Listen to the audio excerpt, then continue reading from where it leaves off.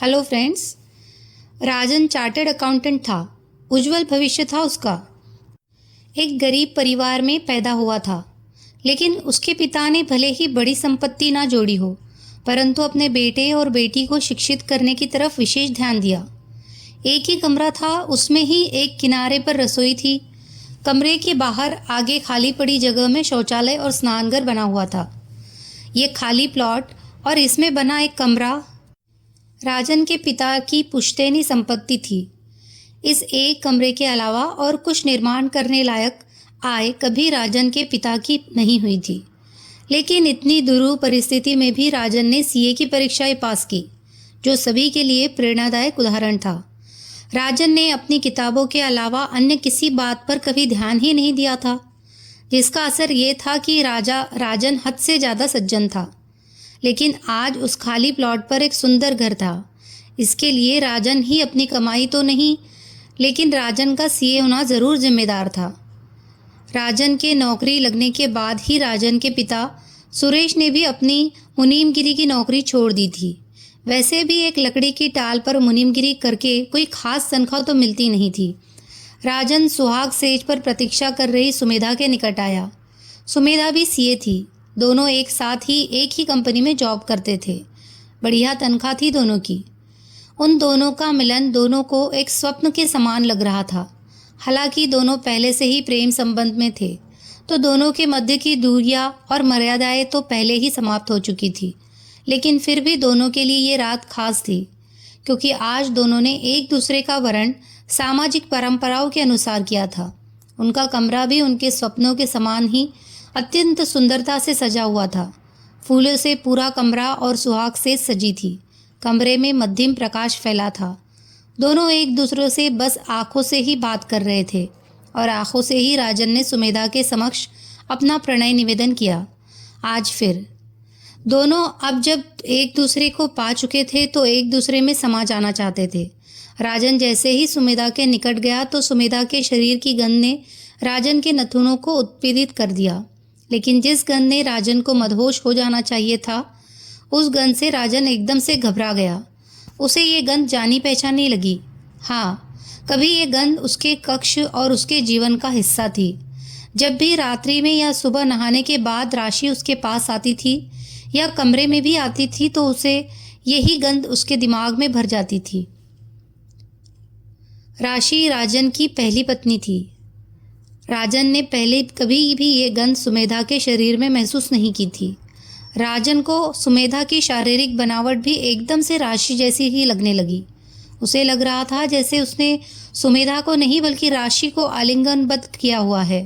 राजन जड़वत सुमेधा के पीछे उसे आलिंगनबद्ध किए खड़ा रह गया और उसके मुंह से अनायास ही निकला, राशि।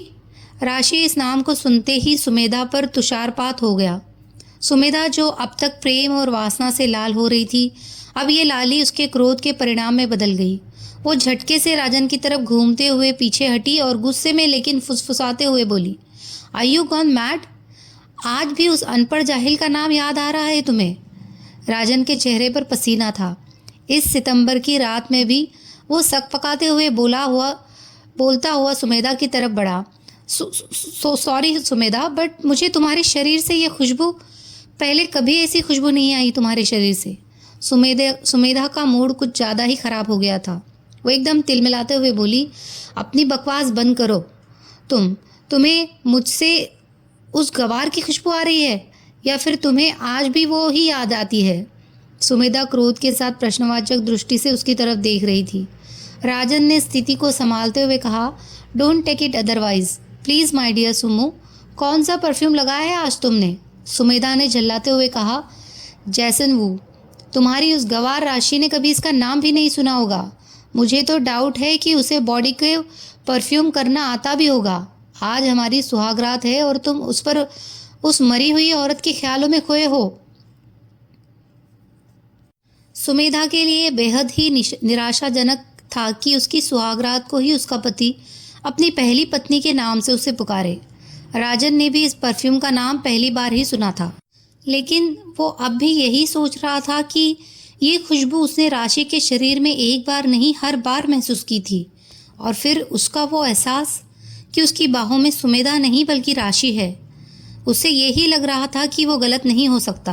राशि और सुमेधा की देह यष्टि में बहुत अंतर था। सुमेधा पतली दुबली थी जबकि राशि का शरीर स्वस्थ था। उसका मस्तिष्क चकरा रहा था। राशि की मौत को 1 वर्ष बीत गया था और सुमेधा के साथ राजन के संबंध 2.5 वर्ष से थे। लगभग 2 वर्ष से तो वो दोनों हर मर्यादा को लांघ चुके थे, लेकिन उसे पहले कभी भी ये महसूस नहीं हुआ। सुमेधा सो चुकी थी या सोने का बहाना कर रही थी। राजन की मनस्थिति अब बदल चुकी थी। कुछ देर पहले तक वो सुमेधा के अंक में उतर जाने को तैयार था, परंतु अब नहीं। वो भी पेड़ के एक कोने में लेट गया। राजन 4 वर्ष पहले की यादों में खो गया। राजन के सीए का एग्ज़ाम क्वालिफाई करते ही उसकी नौकरी घर के निकट ही एक बड़े कारखाने में लग गई थी। वो अपनी ज़िंदगी में बहुत ज़्यादा खुश था। वो शाम को ऑफिस से घर अपनी नई मोटरसाइकिल पर वापस आया था। घर जिसमें बस एक कमरा था, वो भी बहुत पुराना निर्माण था। घर के बाहर ही एक बोलेरो गाड़ी खड़ी थी जो किसी पड़ोसी की तो नहीं थी। राजन अपनी बाइक आंगन में खड़ी करके कमरे में प्रविष्ट हुआ तो देखा 2 लोग उसके पिता की ही आयु के बैठे हैं। राजन को देखते ही उसके पिता सुरेश बोल पड़े, लो आ गया। राजन ने सभी को नमस्कार किया। उन दोनों ने राजन से उसी नौकरी के संबंध में कुछ बातें की। राजन को ये अभी भी नहीं पता चल पाया था कि ये है कौन।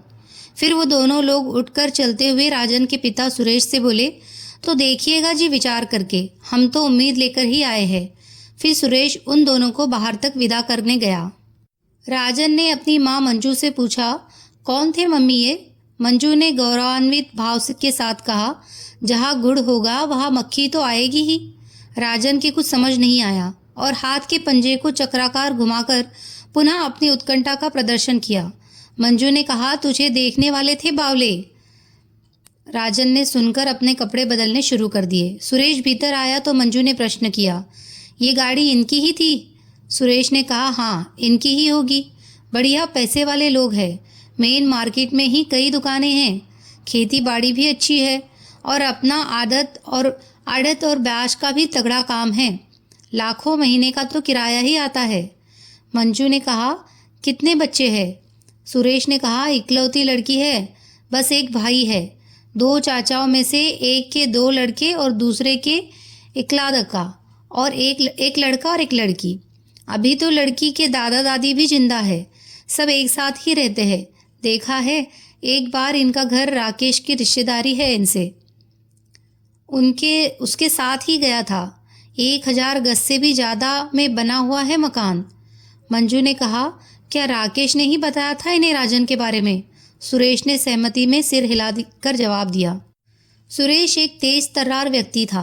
पूरे परिवार पर एक कड़ा नियंत्रण था सुरेश का, जबकि राजन एक सीधा युवक था, पूरी तरह से पिता के नियंत्रण में रहने वाला।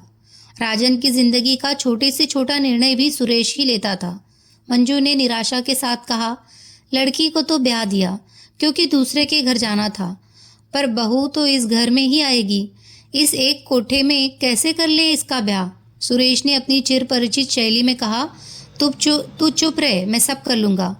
मंजू चुप हो गई।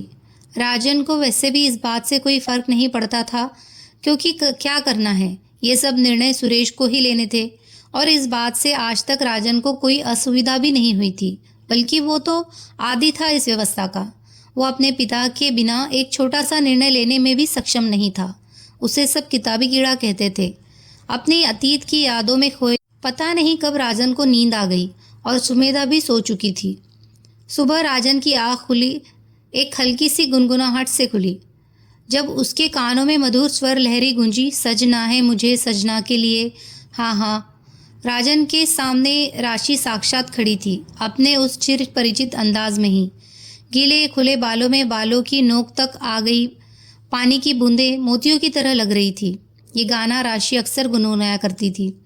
राजन एकदम से हड़बड़ाकर उठ खड़ा हुआ। उसके चेहरे पर पसीना था और घबराहट में उसकी आंखें फटकर गोल हो गई थी।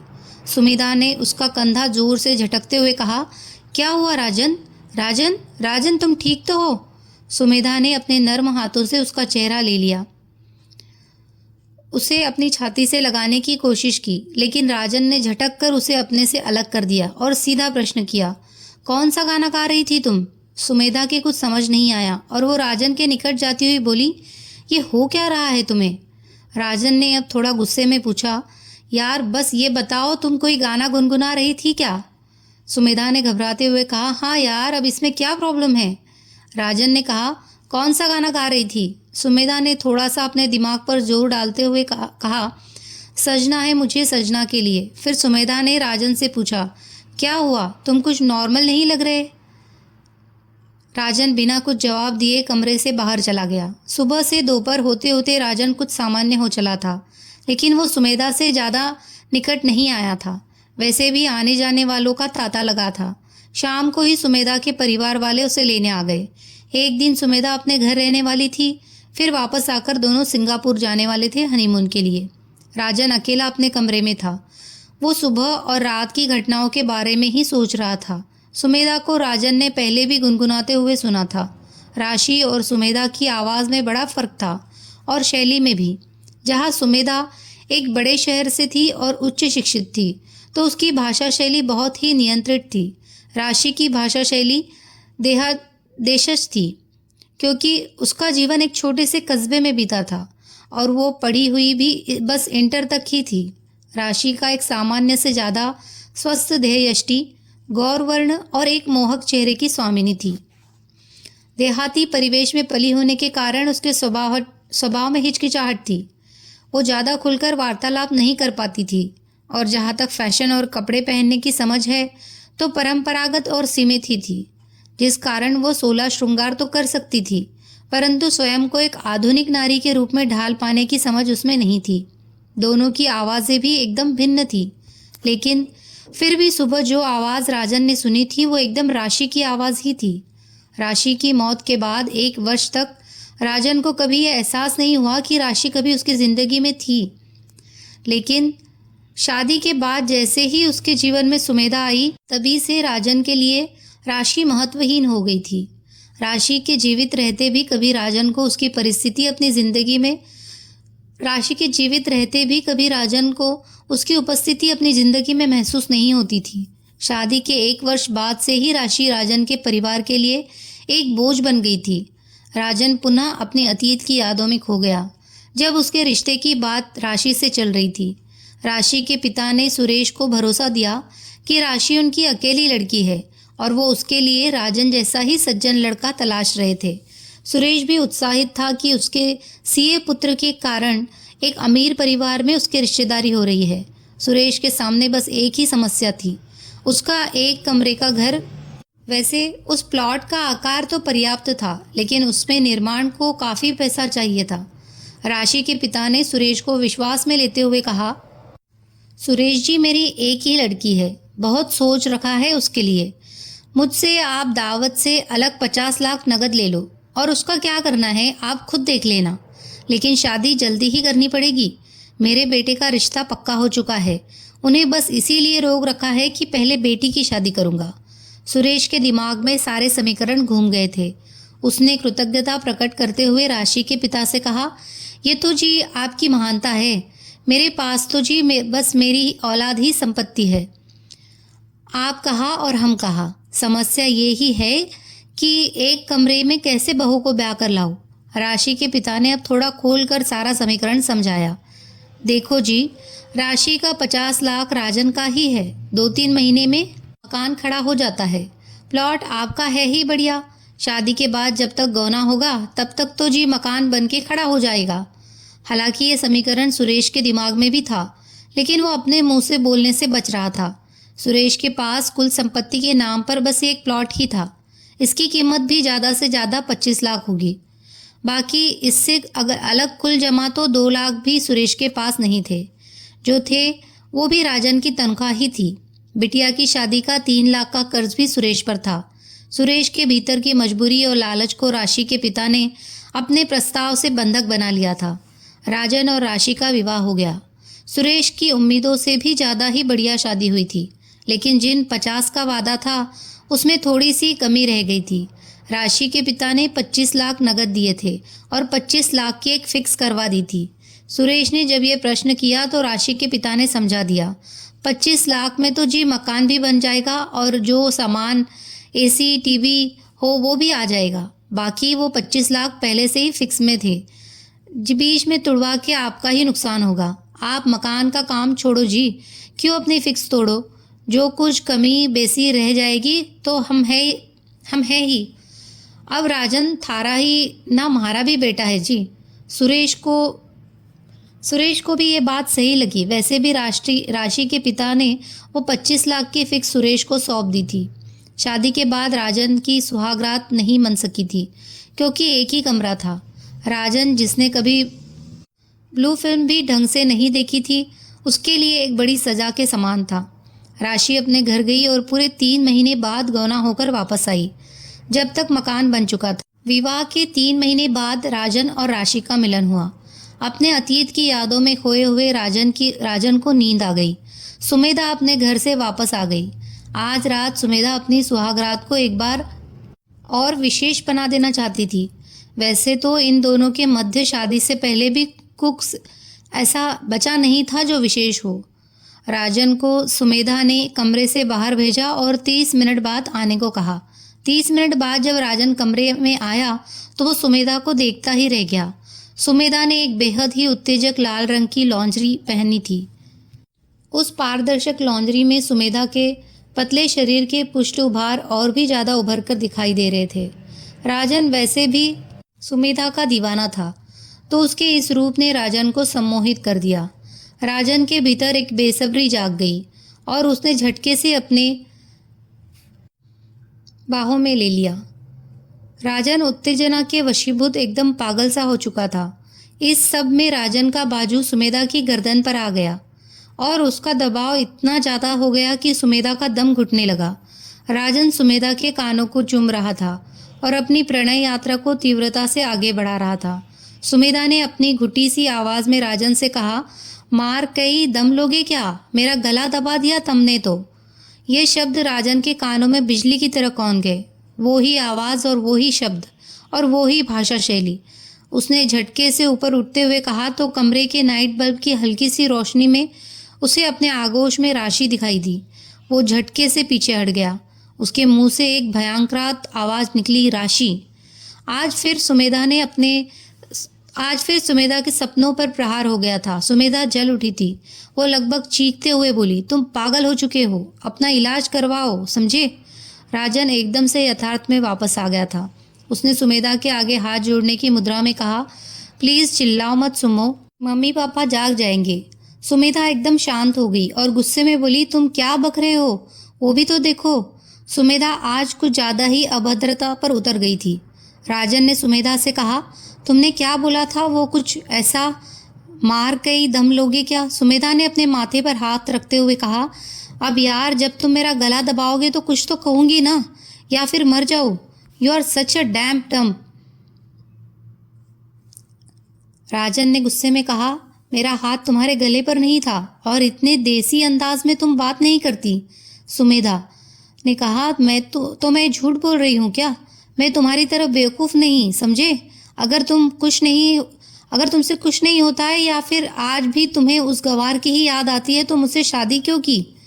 और किसी देसी अंदाज में नहीं बात की मैंने बस ये कहा था, गला घुट रहा है, मार डालोगे क्या?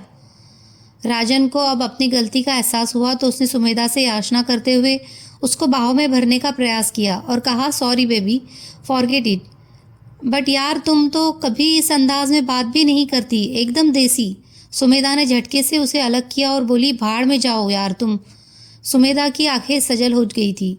वो बिस्तर पर जाकर लेट गई। राजन ने एक बार फिर उसके कंधे को छूने का प्रयास किया तो उसने एक झटके से अलग कर दिया। राजन भी एक तरफ को लेट गया। लेटते ही राजन पुनः अपने द्वंद्व में खो गया।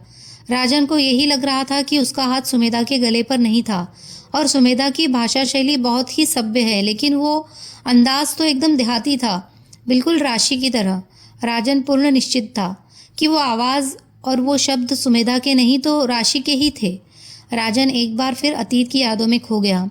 शादी के बाद राशि अपने मायके चली गई थी। दोनों का मिलन अधूरा ही रहा था क्योंकि एक कमरे में जब परिवार के अन्य सदस्य और मेहमान भी हो तो संभव ही नहीं था। लगभग 3 महीने में मकान बना और तब तक राशि अपने मायके में ही रही। इस दौरान राजन और राशि फ़ोन के माध्यम से संपर्क में रहे। राशि की देशज भाषा और शैली राजन को बहुत अच्छी लगती थी। हालांकि राशि काफ़ी संभल कर बात करती थी, लेकिन जैसे ही बातों का दौर लंबा खिंचता तो राशि अपनी नैसर्गिक शैली में पहुंच जाती थी। तुम या आपकी जगह तम बोलकर राजन को संबोधित करती थी। राजन को यह बहुत अच्छा लगता था। ऐसे ही और भी कई अपभ्रंश थे जो राजन को राशि की शैली में भाते थे और वो बातों में उलझाकर प्रयास करता कि राशि उन शब्दों को बोले। दोनों के मध्य बहुत अच्छा समय बीत रहा था। दोनों फोन पर बात करते तो वो अधूरे रह गए मिलन की पीड़ा इनके प्रेम को भी और गहरा देती थी, लेकिन फिर भी इस संबंध में वासना की प्रधानता नहीं थी। राजन अपनी यादों से वर्तमान में वापस आया तो सहसा ही उसके मस्तिष्क में एक प्रश्न आया कि क्या सुमेधा उन परिस्थितियों में उसे अपनाती जब उसके पास रहने को घर भी नहीं था। फिर उसने स्वयं को ही उत्तर दिया, नहीं, कभी नहीं। वो न चाहते हुए भी पुनः अतीत में खोने लगा। राशि ससुराल वापस आ गई थी और आज कोई कारण नहीं था जो इन दो आत्माओं के मिलन को रोक सके। दोनों के मिलन की बेला वो खूबसूरत रात आ गई थी। जैसे सामान्यतया होता है ऐसी इनकी सुहागरात थी ही नहीं, क्योंकि शादी के 3 महीने बाद ना तो कोई हंसी ठिठोली करने वाला था और ना ही कोई ऐसा जो इनकी सुहाग सेज को फूलों से महकाता या सजाता। जब जब सुहागरात थी तब यह संभव नहीं हो पाया था और 3 महीने बाद अब कोई औचित्य नहीं था इस सब का। परंतु एक सुहागरात को सुंदर और अविस्मरणीय बनाने हेतु फूलों से सजी सुहाग सेज नहीं बल्कि 2 प्रेम करने वाले हृदय चाहिए होते हैं और इन दोनों का प्रेम एक दूसरे के प्रति अविरल और निश्चल था। दोनों ने ही आज से पहले अपने परिवार के सदस्यों के अतिरिक्त किसी विपरीत लिंग के साथ कोई आत्मीय संपर्क नहीं रखा था। राजन कभी अपनी किताबों से बाहर नहीं आ पाया था तो राशि ने कभी अपने परिवार के कड़े अनुशासन में पारिवारिक मर्यादाओं को नहीं लांघा था। दोनों एक दूसरे से मिलन को तड़पे थे 3 महीने तक। प्रेम क्या है ये दोनों को अपने विवाह के बाद मिली इस विरह वेदना ने बताया था। लगातार हुई फोन के माध्यम से बातचीत ने दोनों के मध्य व्याप्त झिझक को दूर कर दिया था और दोनों ने एक दूसरे को अपने ऊपर पूर्ण अधिकार प्रदान कर दिया था। प्रारंभ में इन दोनों के मध्य इतनी ज़्यादा झिझक थी कि इनकी रिंग सेरेमनी में जब दोनों ने एक दूसरे को अंगूठी पहनाई तो सभी ने इन दोनों के चेहरे की घबराहट और चेहरों पर आए पसीने को देखा था। खूब मजाक उड़ाया था इनका सभी ने। राजन को आज भी मिलन की वो पहली रात याद आई थी। दोनों ने अपने जीवन का पहला चुंबन लिया था।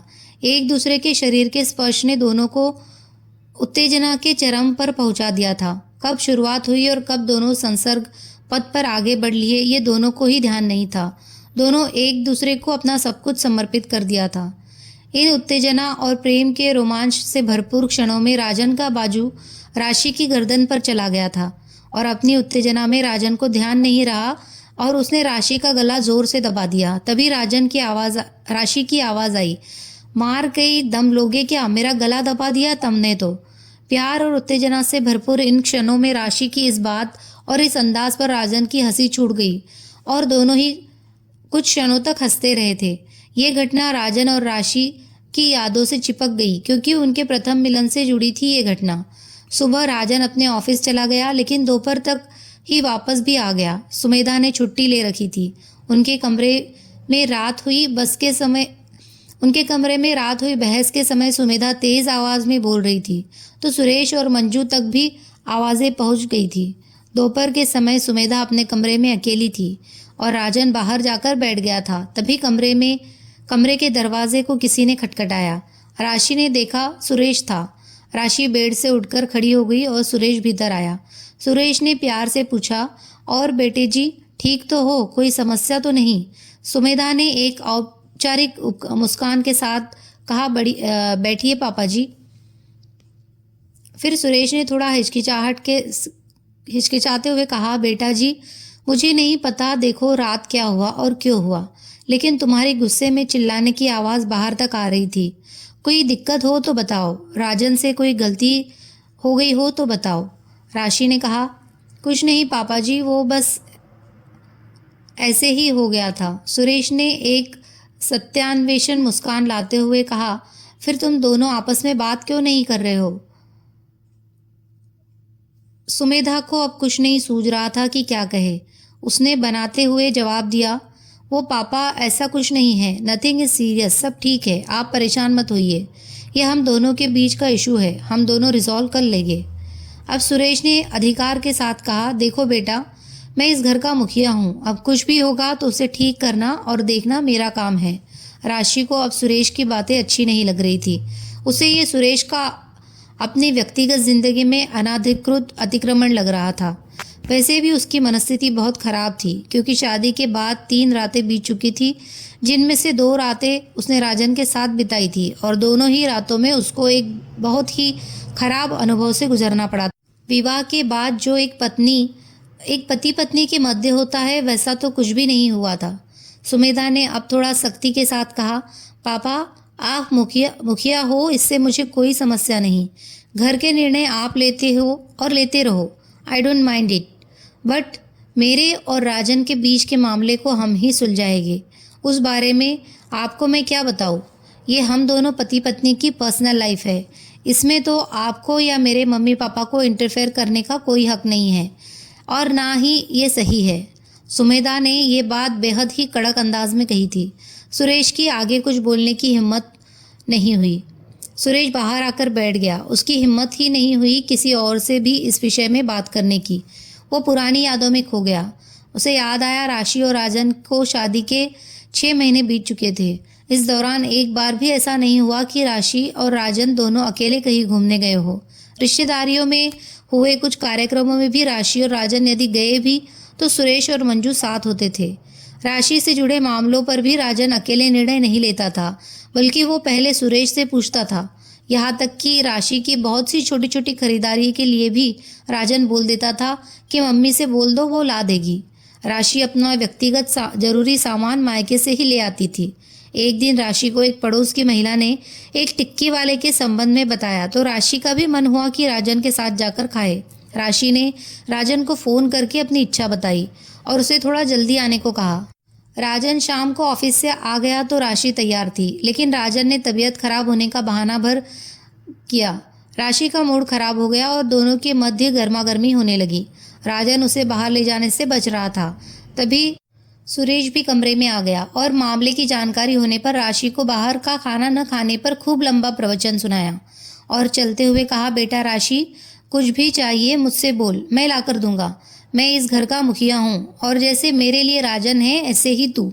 सुरेश अतीत से वापस आया तो उसको याद आया कि उसके इतना कहने पर भी उस दिन राशि कुछ नहीं बोली थी, लेकिन आज सुमेधा के कड़े शब्द उसके दम को भीतर तक भेद गए थे। उस रात सुमेधा और राजन में कोई वार्तालाप नहीं हुआ। राजन सुमेधा के निकट जाने से डर रहा था। पिछले दिनों घटी घटनाओं से उसे बहुत डरा दिया था, जबकि सुमेधा को लगता था कि राजन के दिलो दिमाग पर राशि ही छाई है। सुमेधा बस ये सोच सोचकर परेशान थी कि जिस राशि से छुटकारा पाने को और उससे शादी करने के लिए पता नहीं राजन ने क्या क्या किया था, आज बार बार उसे उस राशि की ही याद क्यों आ जाती है। अगले दिन सुबह ही सुमेधा भी तैयार होकर अपने ऑफिस के लिए चल दी। राजन ने आश्चर्य से पूछा, तुमने तो छुट्टी ली हुई थी ना? सुमेधा ने बेपरवाही से जवाब दिया, अरे अब पेंटिंग वर्क बाद में भी तो मुझे ही करना पड़ेगा ना, यहाँ भी कौन सा काम है, तो ऑफिस ही चलती हूँ। राजन ने समझाने के अंदाज में कहा, यार जब लीव सैंक्शन है तो क्यों जा रही हो? यहाँ अभी तुम्हें मिलने के लिए मेहमान भी आ ही जाते हैं, इतनी जल्दी ऑफिस जाना शुरू कर दोगी तो यार इसका अच्छा इंप्रेशन नहीं आएगा। सुमेधा पहले से ही क्रोध के आवेग को दबाए हुए थी, लेकिन राजन की बात उसे ऐसी लगी जैसे कि ये तो उसकी अस्मिता का खुला अतिक्रमण है। सुमेधा ने धीमी आवाज़ लेकिन कड़े लहजे में कहा, राजन, आई am not Rashi, I am not a bloody fool and illiterate rural woman. I am a professional and I have my choice and my own view, so don't intrude. राजन को राशि का ये रवैया बिल्कुल भी अच्छा नहीं लगा, लेकिन उसकी हिम्मत नहीं हुई प्रत्युत्तर देने की। अपने ऑफिस में सुमेधा ने काम तो कुछ भी नहीं किया। उसने राजन से किए आने व्यवहार को लेकर भी आत्मग्लानि हुई। सुमेधा ऑफिस से बीच में ही समय निकालकर सीधे बाजार गई और राजन के लिए कुछ खरीदा। शाम को दोनों एक साथ अपने ऑफिस से वापस आए। सुमेधा का मूड अब सही था। रात्रि में जब राजन कमरे में आया तो सुमेधा ने उल्लास के साथ एक गिफ्ट रैप राजन के हाथ में रख दिया। राजन सुमेधा के चेहरे पर मुस्कुराहट देखकर एकदम ताज़ा हो गया था। राजन ने प्रश्नवाचक दृष्टि से देखते हुए गर्दन को बलखाते हुए बिना शब्दों के से इस गिफ्ट के संबंध में पूछा तो सुमेधा ने चहककर उत्तर दिया, तुम्हारा गिफ्ट है, खोल कर देख लो। राजन ने तेजी से गिफ्ट खोलना शुरू किया। रैपिंग खोलते ही उसके सामने मुफ्ती शर्ट्स का एक गत्ते का डब्बा था।